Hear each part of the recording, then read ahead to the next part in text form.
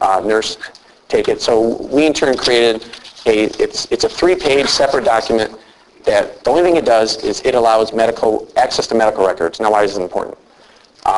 If you have diabetes, how many of you would like to know that I want my doctor to know, or whichever hospital I'm visiting, that I have this type of disease? Because if they don't, what happens? You may go into a diabetic coma. And my father just found out a couple years ago. He now has diabetes, but it's under control, and his sugar is down to the proper levels and things like that. But it's a concern. So 3 years ago, I set out to find, okay, what can I do for clients that have this type of need? Because I know I wouldn't want my dad to go in a diabetic coma, because if he's incapacitated, who's going to take care of my mother? I'm busy working as much as I would have to do it. But so these are some of the concerns and why you want this specific, and why you want this specific document, and more importantly, you want access to it. Because right now, if those of you in the room that have had, and these in turn are samples, so I'll pass them around.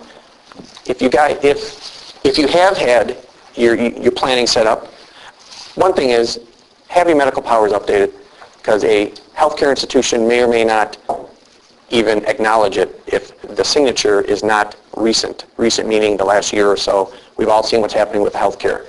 They don't want any liability whatsoever. Don't give them a reason. Do it while you're competent and you have the capacity to. Now this specifically allows access 24/7 anywhere in the world. Usually we have clients that are snowbirds that go to Florida, Arizona, some go to Canada, but they can call on the back of this particular, actually on the front, it shows your allergies. If you're allergic to penicillin, if you're allergic to peanuts for some reason, if you have diabetes, if you have any other types of diseases, it illustrates to the doctor right then and there, or your loved one that is with you, okay, doctor, don't do such and such, because they might not have your records. And I had a client tell me, well, I go to Providence. All right, are you always going to go to Providence? You live in northern Oakland County. Just because you go to Providence now, you're not. I don't see anyone driving you down to Providence. They're going to take you to whatever, it might be a Beaumont or Crittenton or wherever. So what happens on Friday night, even when you've paid the attorney lots of money or very little money, maybe you've done it online, where do you get access to these documents? This is the system. Very few are doing it. And I want you to know that it's out there, because that's hopefully the benefit you're getting. This is the thing that I want you to have. Go out and do it and get it done. Because if you don't, a guardianship and conservatorship, which is what would happen if you become incapacitated, costs typically, it's $150 to walk into court. And if you're going to pay an attorney, I'm part of one right now. It's contested because both have hired attorneys, and the fees are already around $10,000 because they didn't have some of the documentation in place. In fact, they even tried getting documentation a week before the hearing. And I wish they at least took the step to get it done.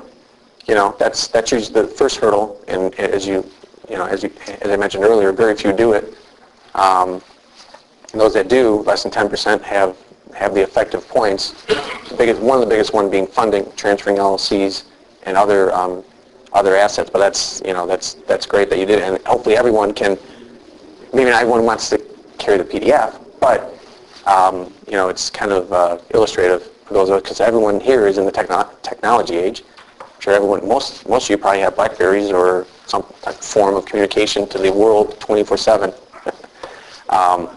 Yeah. What slide are you on right now? Actually, I just went to page 5, and I just wrapped up the final slide. I kind of went off the slides, sorry. But the fifth critical document, the HIPAA release, which is what we kind of talked about, the do not resuscitate, which is part of the living will.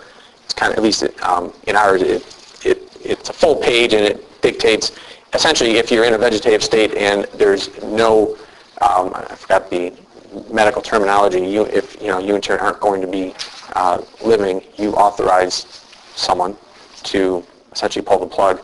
You can authorize them to be on a certain type of feeding machine, breathing machine.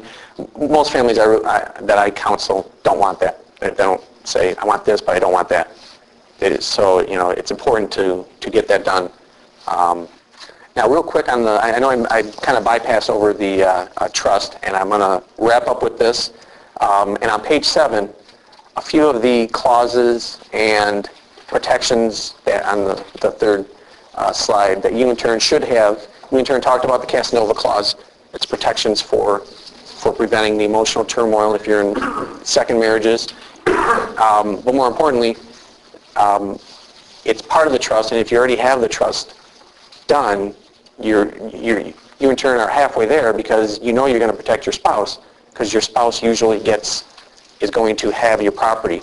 Even if spouses are, I guess, somewhat disinherited or aren't getting much of the property, there's still protections under Michigan law, many states' laws, that allow them those protections, but not as much. So if you're giving property, say, to a child or to someone else, it doesn't always mean, and a probate court can always go into a trust to try to correct it. That's another function of the court, but you in turn don't want to get it there, which is why we advise that our clients update their plans at a minimum every 3 years, just to at least make sure that their goals and dreams and desires, especially if they're holding real estate properties.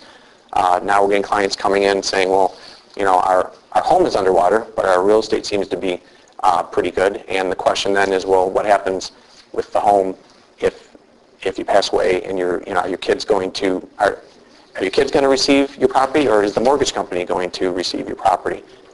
So there's some things. That's why you want to update it and make sure you have certain transfers done.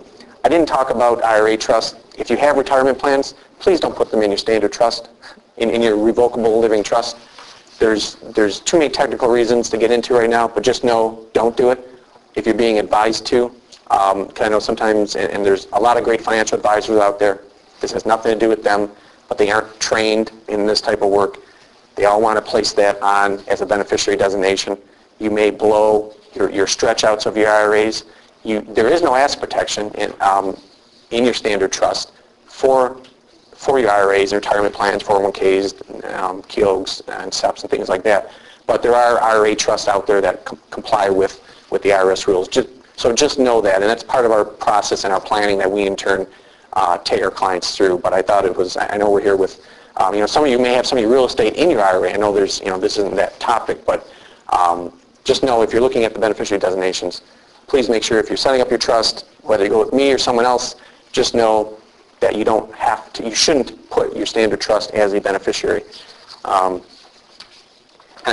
here's what I'd like to do is I'm going to pass out, I talked to Val. She in turn said, well, I appreciate the opportunity, and she said, but I want you to give them, essentially a great deal. She said, Joe, you have to.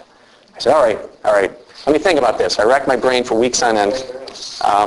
Don't place IRAs or retirement plans as beneficiaries of your trust, if you have a trust right now. Don't place your trust as a beneficiary. Maybe I said it backwards. Don't place your trust as a beneficiary of your retirement plan. IRAs, 401ks, KEOGs, and things like that. Why not? Because there's a very good chance you're going to blow the stretch out, which is one reason why What the stretch out? The stretch out of a retirement plan would be, the reason why you put the money in the retirement plan is to defer taxes. Yeah. There's reasons why depending on who the beneficiaries are, to stretch out over their lifetime compared to the person who owns it. Say mom or dad are 50s and 60s, children are in their 20s or 30s. Their longevity of life is going to compound and grow a lot longer. That's the stretch out. There's no asset protection. That's the second reason. Because if Susie and Billy are named beneficiaries of the IRA, they in turn get a letter saying, would you like to have your money? By the way, we're going to tax it. We're going to tax it heavily. Depending on what state you're in, you can get taxed up to 70%.